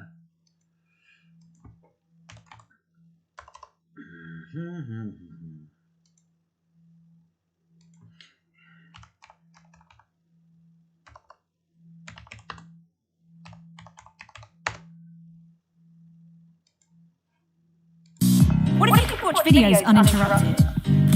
With you Yeah, bring this is where the you follow Scottish your people workouts. think. Sturgeon, guilty. She added that the Scottish Tories were more interested in playing political games and that the line of questioning showed the true colours of Davison's party. No, I think it's you that's under the question, First Minister. First Minister said, I don't know if Ruth Davison approved this comment or not, but the Conservatives said in terms that it did not matter what I said before. It doesn't matter what you've said before because you are guilty. It doesn't matter. We all know you're guilty. It's not just Ruthie, baby, that knows you're guilty. We all know you're guilty. Destroying documents, not releasing documents. You're guilty. Guilty. Yesterday, because they have already made up their minds. Yes, we all have. It's not about due process. Well, it's a bit like finding somebody whose the videotape is of them murdering the person, and it's very difficult to actually see what due process is required. We can all see that you've done it. Miss Davison later repeated Scottish Conservatives' calls for the First Minister to resign. She said it's not just one thing, there's multiple things. You also said that you hadn't discovered anything until the 2nd of April, yet then you told us that there was a problem the year before at Edinburgh Airport, which again, I didn't think anything was done. It couldn't be that big a problem. So, I mean, it's just one lie after another. She said there are no argument that the First Minister was at fault for losing more than $500,000. So, there you go. She said there is no argument that the First Minister was at fault in committing an unlawful proceeding for losing more than £500,000 of taxpayers' money. That should be the resignation right there. The argument is only about how much she is to blame, and there is no argument if Nicola Sturgeon broke the ministerial code. The argument is only how badly she broke it. Correct. That's correct. We believe the sanction is going to go. We believe the sanction is to go, and that's correct. Why doesn't she? Exactly. Responding to the First Minister said it was another example of the opposition prejudging. Yeah, we already know the inquiries are going to be a set-up anyway, and they're not going to find you guilty of anything. You get 5 people who are backing you up on one panel of 9, and we're not sure about the Irish judge who's going to do his job properly. So we already know this. We're already putting money on that you'll be found innocent of both, and yet we all know you're guilty. The results of the inquiry and said election would be the ultimate scrutiny. Yeah, I don't think you're going to get a majority now. I think the Scottish people are starting to see right through you. She said, remember, the people of Scotland have been voting no confidence in the Conservatives since the 1950s. I'll get on with my job. Please don't go on with the job. Please just stop and go away somewhere. Go away, doesn't matter where, just go away, do something else. I'll get on with my job. I'll let the inquiries do their job. I not perjured them, prejudged them. Ruth Davison clearly has. Yeah, I have as well. New Scottish Labour leader, member of the child rapist death cult, Anna Sawar, also pressed the government on the publication of legal advice criticising the need for a threat of no confidence vote for it to be released. So also pressed the government on the publication of legal advice criticising the need for a threat of no confidence for it to be released. He said integrity must be restored in Holyrood. Well, I don't think Sarwar's the guy to do that, and that the First Minister should resign if she is found to have breached the ministerial code. Correct. He said the principles which were undermined when the government failed the women. Well, the women have not been failed because they went to court and they were found not guilty. Alex Salmond was found not guilty. So maybe the women lied. So maybe we should actually have to have polygraph tests. Who submitted claims of harassment undermined by the government's refusal to hand over all documentation to the committee investigating their failures, and undermined by the government ignoring 2 votes of the Parliament calling for the legal advice to be published. I'm pleased the First Minister has provided a cast iron guarantee the government will release the report on the ministerial code without delay or obstruction on the day that it is handed over, and we will hold the government to that promise.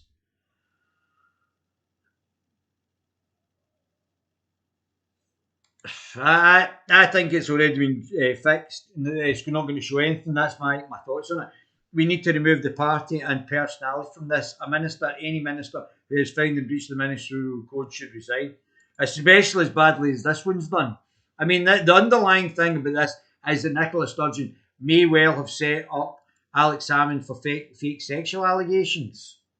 She was looking really nasty. She was looking like that woman in, what was the one with, what's the film called? I can't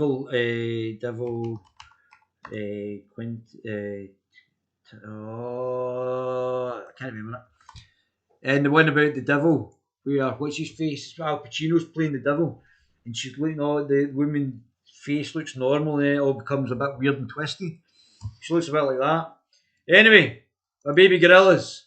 Hope that was a bit early in the morning. I can't believe you guys are up this time. It's a disgraceful time. 8:30 and I've already done a live stream. Guys, love you guys. That was a bit sketchy, but never mind.